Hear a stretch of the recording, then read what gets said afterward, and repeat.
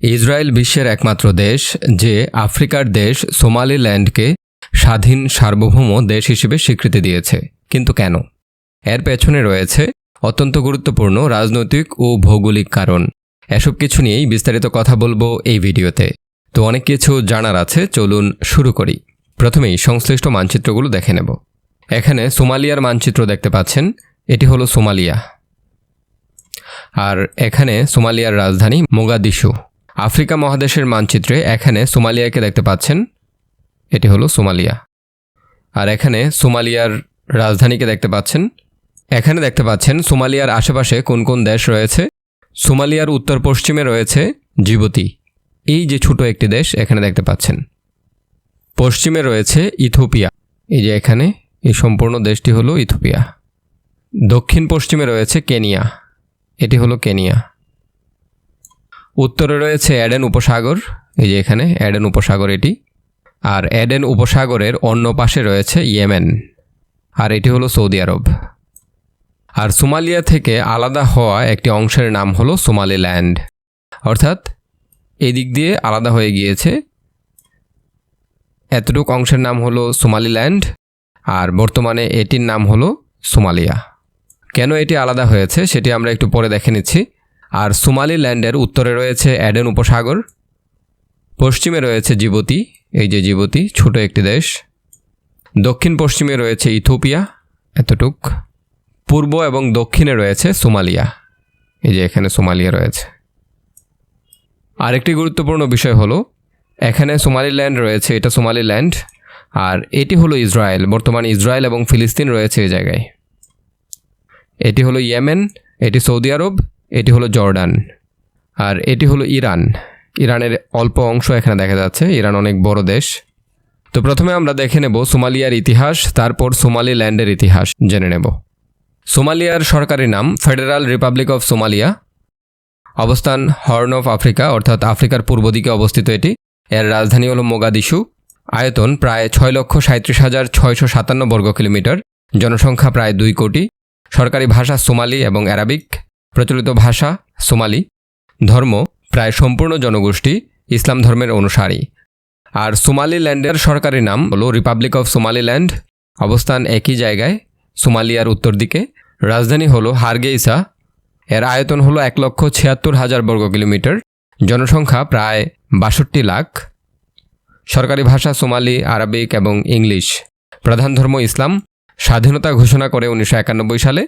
আন্তর্জাতিক স্বীকৃতি, পৃথিবীর অধিকাংশ দেশ একে স্বাধীন সার্বভৌম দেশ হিসেবে স্বীকৃতি দেয় না। আর সোমালিল্যান্ড ছাড়া সোমালিয়ার আয়তন কমে যায় এবং জনসংখ্যাও কমে যায়। সোমালিল্যান্ড ছাড়া সোমালিয়ার আয়তন দাঁড়ায় 4,61,535 বর্গ কিলোমিটার। জনসংখ্যা দাঁড়ায় 1,46,00,000। সোমালিয়া পূর্ব আফ্রিকার হর্ন অফ আফ্রিকা অঞ্চলে অবস্থিত একটি ঐতিহাসিক দেশ। প্রাচীনকাল থেকেই এটি আরব, আফ্রিকা এবং এশিয়ার মধ্যে গুরুত্বপূর্ণ বাণিজ্য কেন্দ্র ছিল।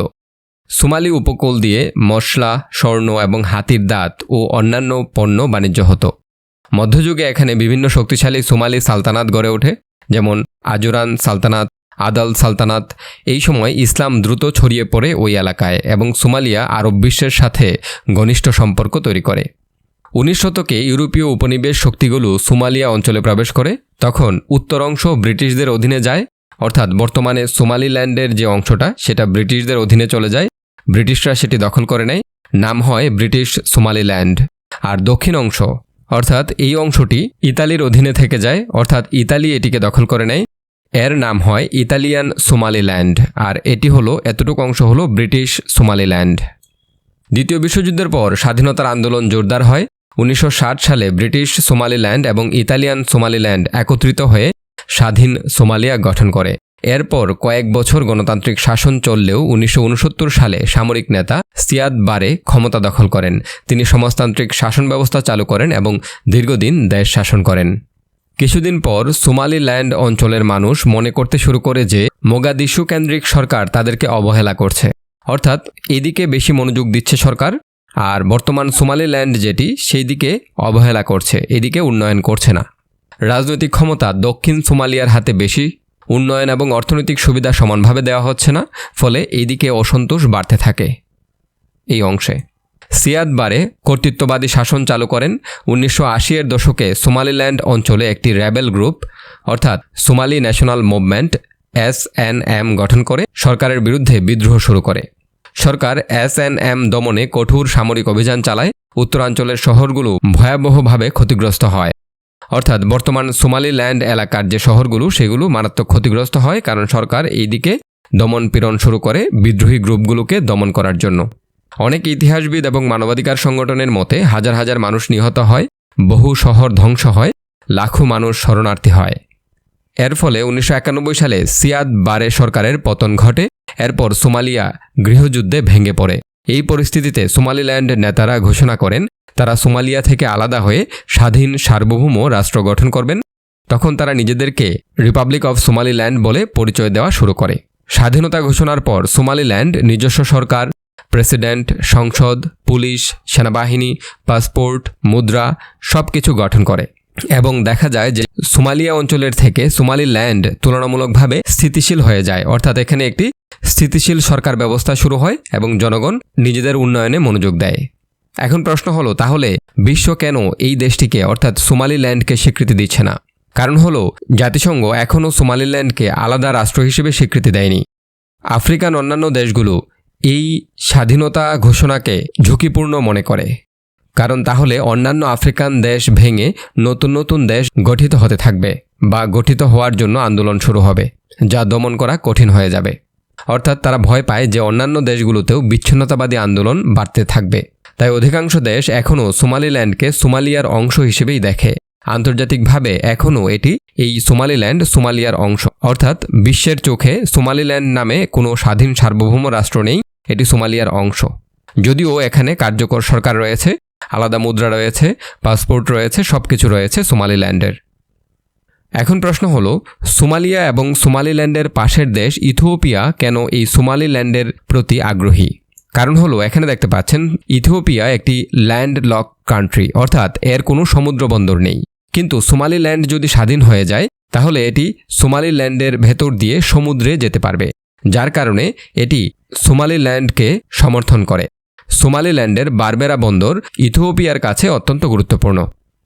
এখন অনেকের মনে প্রশ্ন আসতে পারে যে ইথিওপিয়া তো সোমালিয়ার ভেতর দিয়ে এদিক দিয়ে আসতে পারে, কিন্তু এদিক দিয়ে আসলে তাকে অনেকটা ঘুরে যেতে হবে। এছাড়াও সোমালিয়ার সাথে তার সম্পর্ক ভালো নেই, যার কারণে এদিক দিয়ে যাওয়াটা তার জন্য যুক্তিসঙ্গত এবং লাভজনক। কারণ এদিকেই রয়েছে বাব এল মান্দেব প্রণালী, এদিকে রয়েছে লোহিত সাগর, আর এদিকে রয়েছে সুয়েজ খাল। সুয়েজ খাল দিয়ে সে ভূমধ্য সাগরে চলে যেতে পারে অনায়াসে। এখন প্রশ্ন হলো, ইসরায়েলের জন্য সোমালিল্যান্ড কেন গুরুত্বপূর্ণ? সেটি জানার আগে আমাদেরকে তিরান প্রণালী সম্পর্কে জানতে হবে। এখানে দেখতে পাচ্ছেন এটি হলো ইরান। ইরানের পাশে রয়েছে পারস্য উপসাগর। পারস্য উপসাগরের এদিকে রয়েছে হরমুজ প্রণালী। আর এখানে দেখতে পাচ্ছেন ইয়েমেনকে। ইয়েমেনের পাশে রয়েছে বাব এল মান্দেব প্রণালী। আর এটি হলো এডেন উপসাগর। এডেন উপসাগরকে বাব এল মান্দেব প্রণালী যুক্ত করেছে লোহিত সাগরের সাথে। তারপর এটি এদিকে সুয়েজ খাল দিয়ে ভূমধ্য সাগরে গিয়েছে। কিন্তু এখানে আরেকটি প্রণালী রয়েছে, এটি হলো ইসরায়েল। এই প্রণালী ইসরায়েলকে লোহিত সাগরের সাথে যুক্ত করেছে। আমরা যদি আরেকটু ভালো করে দেখি তাহলে এখানে দেখতে পাই যে এটি হলো সোমালিল্যান্ড, এটি হলো জিবুতি এই অংশটি, আর এটি হলো ইয়েমেনের অংশ। ইয়েমেনের সানা, রাজধানী সানা এখানে দেখতে পাচ্ছেন।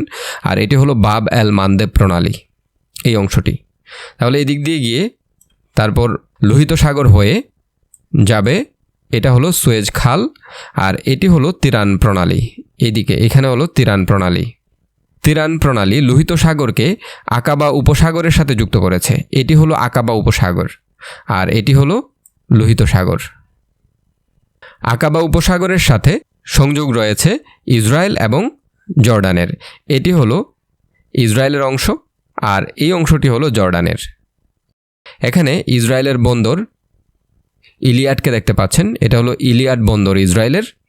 আর এদিকে রয়েছে জর্ডানের আকাবা বন্দর।